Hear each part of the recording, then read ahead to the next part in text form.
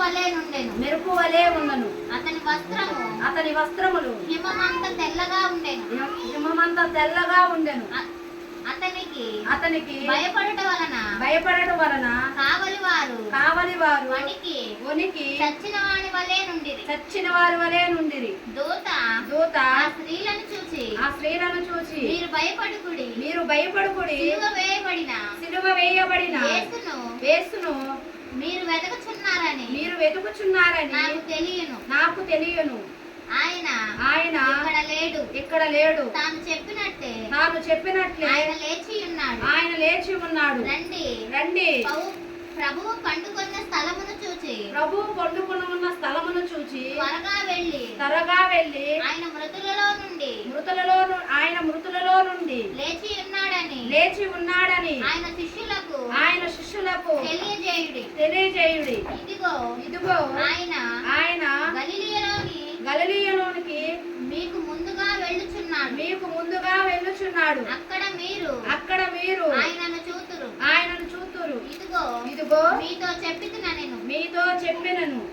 వారు భయముతోను మహా ఆనందముతోను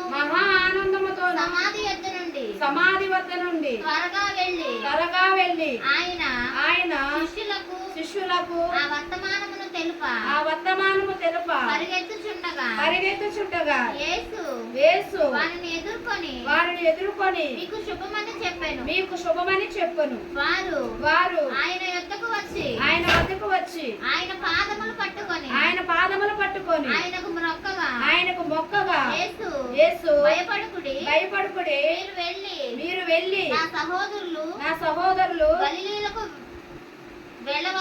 గలిలయకు వెళ్ళవనని వాళ్ళు అక్కడ నన్ను చూతురనియు వారికి తెలుపుడనియు వారు వెళ్ళుచుండగా కావలి వారిలో కొందరు పట్టణములోనికి వచ్చి జరిగిన సంగతన్నిటిని ప్రధాన యాజకులతో చెప్పిరి. చాలు, దేవునికి మహిమ కలుగును గాక. ఇక్కడ యేసుక్రీస్తు ప్రభువారు ఇప్పుడు దాకా ఇక్కడ చూసుకుంది కూడా అంటే విశ్రాంతి దినమున మత్తలేని మరియా మరి ఒక మరియానని ఎందుకన్నాడంటే ఈ మత్తలేని మరియా ఆమె 5 దెయ్యముల పట్టి ఆమె అల్లాడిపోచు ఉందన్నమాట.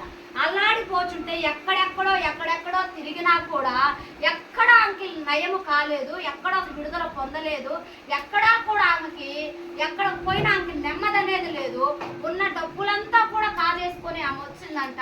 కానీ ఆమెకి ఒకటి అర్థమైంది, యేసు ప్రభు అనే వ్యక్తి దగ్గరికి నేను వెళ్తే నేను బాగుపడతానని చెప్పని ఆమె వెళ్ళి ఆయన దగ్గరికి వెళ్ళి ఆమె ఎప్పుడైతే ప్రార్థన చేపించుకుందో ఆమెలో ఉన్న స్పిరిట్ మొత్తం కూడా ఏమైపోయింది, విడుదలైపోయింది. విడుదలైపోయిన ఆ తల్లి ఏం చేస్తుందంటే యేసుక్రీస్తు సమాధి చేయబడ్డాడు, ఆయన మళ్ళీ 3వ దినమున లెగుస్తాడని చెప్పి పరలోకపు తండ్రి చెప్పి వెళ్ళాడు అనమాట. సిలువ వేపించుకోవడానికి నేను వచ్చాను, మీ లోక పాపాలను కడగడానికి నేను వచ్చాను, నేను సిలువయ్య పడితేనే మరణించితేనే ఈ లోకం మీద ఉన్న శాపం పోదని చెప్పి తండ్రి కాడ నుంచి ఆయన దిగి వచ్చి మానవాడు పాపాలన్నీ కూడా ఆయన సిలువలో వేలాడదీసి నీ పాపము నా పాపము కూడా ఆయన ప్రాయశ్చిత్తము చెల్లించి సమాధి చేయబడి మళ్ళీ చెప్పాడు కదా నేను 3వ దినమున మళ్ళీ తిరిగి లేస్తానని కూడా తన శిష్యులకు చెప్పి వెళ్ళాడు అనమాట. ఈ 12 మంది శిష్యులకు చెప్పి యేసు ప్రభు పరలోకమందు వారిని చూస్తుండగానే దేవదూతలు వచ్చి ఆరోనయ్యి ఆయన వెళ్ళిపోతున్నానని నమ్మిన శిష్యులు తిరిగి లేచి వస్తారని 12 మందిలో కూడా ఎవరు నమ్మలేదంట. ఎవరి పాటికి వాళ్ళు నిద్రపోతా ఉన్నారంట తెల్లారి. అయితే ఈ మత్తలేని మరియ ఏం చేసిందంటే ఎందుకు స్త్రీలకు ప్రాముఖ్యంగా స్త్రీలు మౌనంగా ఉండాలి, మందిరాల్లో స్త్రీలు మాట్లాడకూడదంటే వాక్యం మాట్లాడకూడదని కాదు, పరిచర్య చేయొద్దని కాదు, సువార్త ప్రకటించొద్దని కానీ అక్కడ బైబిల్లో లేదు. స్త్రీలు మౌనంగా ఉండమనండి ఎందుకు చెప్పాడంటే మందిరానికి వెళ్ళినప్పుడు నీ ప్రవర్తన అంతయు సరి చేసుకోమని ఎందుకు చెప్పాడంటే మందిరానికి వెళ్ళి వాక్యం చెప్తున్నా, ఆరాధిస్తున్నా, పాటలు పాడుతున్నా గలిబిలిగా మాట్లాడతారు చూసావా, దానికి చెబితే ఈనాడు బోధకులు ఏమంటారంటే స్త్రీలు ప్రసంగించకూడదు, స్త్రీలు బోధించకూడదు, స్త్రీలు మాట్లాడకూడదు, స్త్రీలు సువార్త చెప్పకూడదు అని ఈ రోజు ప్రసంగం దైవజనులు ప్రకటిస్తూ ఉన్నారు. ఎక్కడా బైబిల్ గ్రంథంలో స్త్రీలు ప్రకటించ రాణించకూడదని లేదు. లోకంలో మనం చూసుకోవచ్చు, ఈ రోజు ఇంటికి మనం వస్తున్నాము, స్త్రీలం కాబట్టి మనల్ని రాణించారు, కానీ పురుషులను అయితే రాణిస్తారా? మందిరాల్లో పురుషులు ఉంటున్నారా, స్త్రీలు ఉంటున్నారా? పురుషులు 2-3 ఉంటే స్త్రీలు 5 ఉంటారు. ఎందుకు స్త్రీలకి ఆయన అంత ప్రాముఖ్యత ఇచ్చాడంటే, యేసు ప్రభు ఆయన పుట్టడానికి స్త్రీని ఎన్నుకున్నాడు, ఆయన చూడడానికి స్త్రీని ఎన్నుకున్నాడు. సిలువకు అప్పచెప్పేటప్పుడు కూడా తన తల్లిని యోహాను చేతులు స్త్రీని అప్పగించాడు. కాబట్టి నా తండ్రిని చూడయ్యా యోహాను అని చెప్పలే యేసు ప్రభు, నా తల్లిని నీ తల్లిగా ఇక నుంచి నీకు అప్పగించి వెళ్తున్నానని చెప్పాడు. ఎందుకు స్త్రీని ఇంత మొట్టమొదటిగా దేవుడు పెట్టాడంటే, స్త్రీ ద్వారా సృష్టిని కలగజేశాడు కాబట్టి. యేసు ప్రభు స్త్రీని మరిని ఎన్నుకొని తనకు పరిశుద్ధాత్మ ద్వారా గర్భవతి అయ్యి ఆయన యేసు ప్రభును కనింది.